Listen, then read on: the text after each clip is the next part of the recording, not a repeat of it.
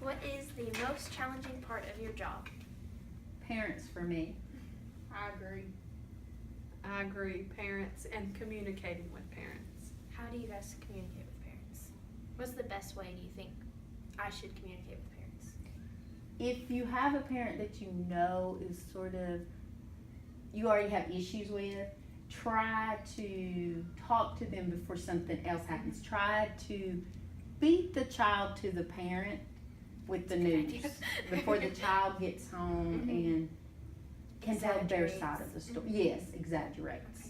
Okay. And how much time do you spend outside of the classroom on school-related activities?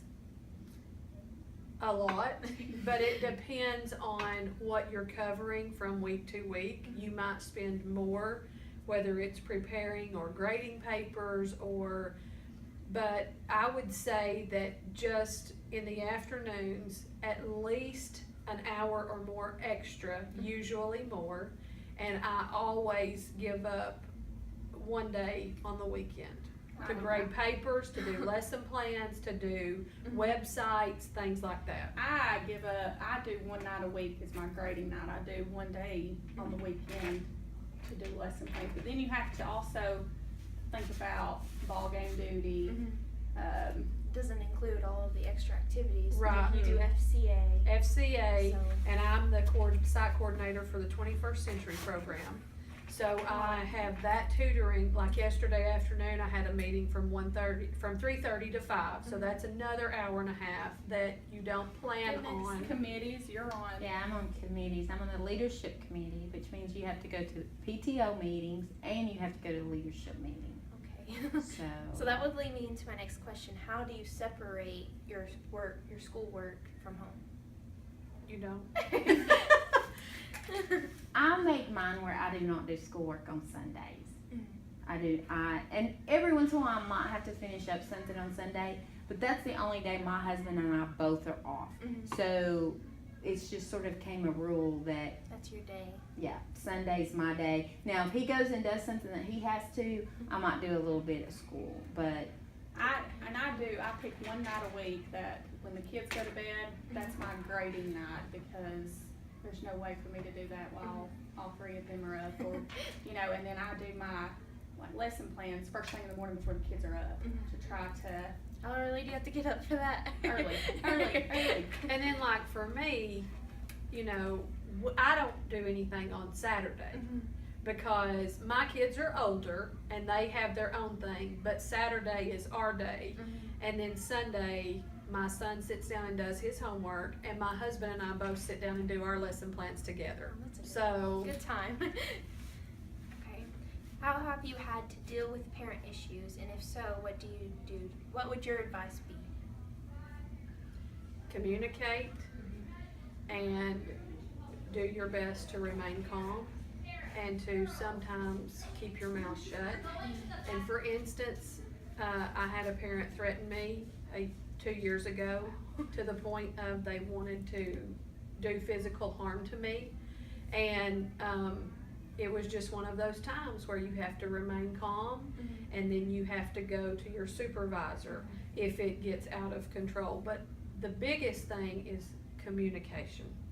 Well, and for us being departmentalized, we all meet together. We don't talk to a parent by ourselves. We don't talk to a kid by themselves.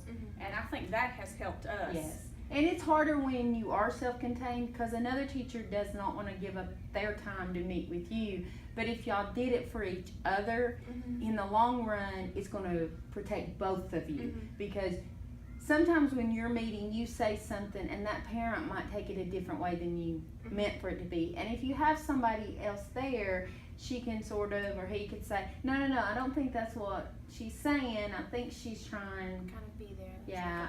Well, and that's happened this year where it's gone home and been turned around. Well, when they come back, we can take up for each other because we were all out there and we know really what was said.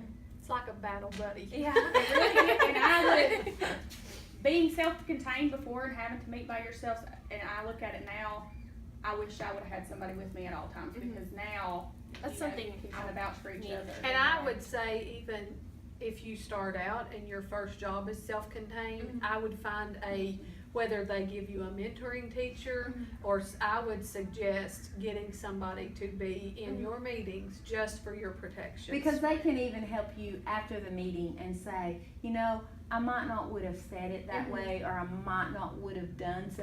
And it's a good way for you to learn to how to start conducting yourself in a meeting and stuff. That's really good. And another teacher I taught with, we used to say we were good cop, bad cop, because sometimes you have to be the bad person, but someone else can be standing there and saying, do you understand what Miss White's trying to say to you? Rather than both of you trying to get on to them, sort of say, okay, one's a good cop, one's a bad cop. That's smart. I'll definitely keep that in mind. How do you prepare for students for state or standardized testing? Tests are coming up. Constant review for me. I mean, I'm all the time reviewing a problem that we might have done at the beginning of the year, or a skill or standard, rather than just saying, okay, I've taught that, I'm marking it off, I'm moving on. Because we're shoving so much at them that if you just move on, they have what you're teaching right now in their minds. They have forgotten what you did. I mean, I look at her history. Well, she taught at the beginning. She's probably still having to every once in a while say, do you remember when we talked about? Well, and like you were in my room, like doing the daily language every day, or the TCAP review, or the editing, I said, you know, find the compound sentence, or did you say, because if you don't, they will forget it. I mean, because there is so much that you have to do, and make sure that you teach the standards. I mean, they have to, that everything's covered, don't you? Yeah. How do you keep parents informed of their child's progress? We send a weekly folder home every Tuesday, and that's where their graded papers go from all three of us. The kids take Just it. one folder? It's just one folder, and when the kids start, say, in my room, I give them all of their graded papers, and then they'll go to Miss Whitson's and they'll get their graded papers from Miss Whitson, put it in, and then Miss White, and put it in.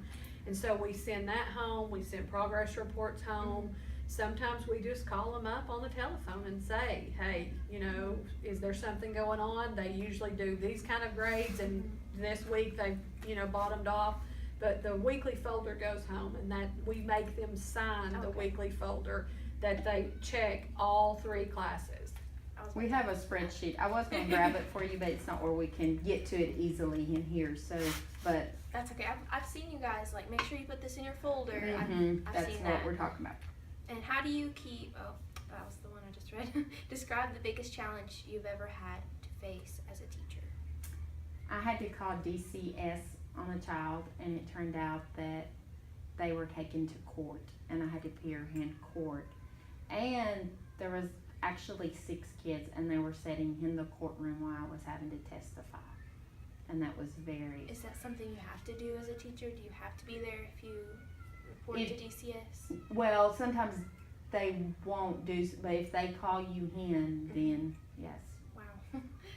And I would say one of the biggest challenges is when your kids come to school cold, hungry, tired. You know, if we don't feel good, or if we're hungry, we're not ready to do our job, and they're not ready to learn.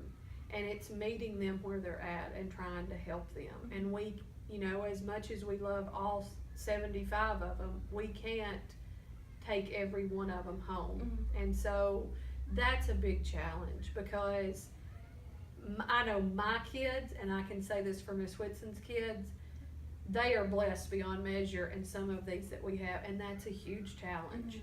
Well, and a lot of them don't look at us as just their teacher. I mean, they come to us about stuff and, you know, things that are going on at home, and that is so hard not to be able to. And it's hard to know when to get an outside source involved. Is the child really being neglected, mistreated, or is it just the parents are doing the best that they can possibly do? And it's hard sometimes, because you sit there and you think, is what this child sitting here telling me all the truth? And if so, somebody needs to be looking into the situation. So I would say that goes back to tie in with, how do you separate home and work? When you take those, and I know all 3 of us when we have a long break, Christmas break, summer, whatever, we worry about some of our students. And so it's hard to cut that off. You know what I'm saying? Wow. Those are challenges I thought, like those are real challenges, but I think they'll be even more real for me whenever I'm in the classroom. Mhm. How do you guys deal with like a kid comes to school hungry? Do you have something for them or? Well, a lot of So times late. you can say, "Did you eat your breakfast this morning?" Mhm. And now we are serving breakfast until 7:40. So that helps, because if someone comes in the computer lab and I know that they're one that should eat breakfast, I might just say, "Did you stop in the cafeteria and get your breakfast?" Mhm. And then if it turns out that they're not on for a reduced lunch and they should be, you always just send the form home. Mhm. And then that way, Try to take care of it. yes. And we've had not just food, but kids that don't have clothes and stuff like that, and the guidance counselor, you know, will give them stuff to help with that, jackets. Yeah. School supplies Mhm. too. I School mean, supplies. Wow. Well, thank you guys. You're welcome.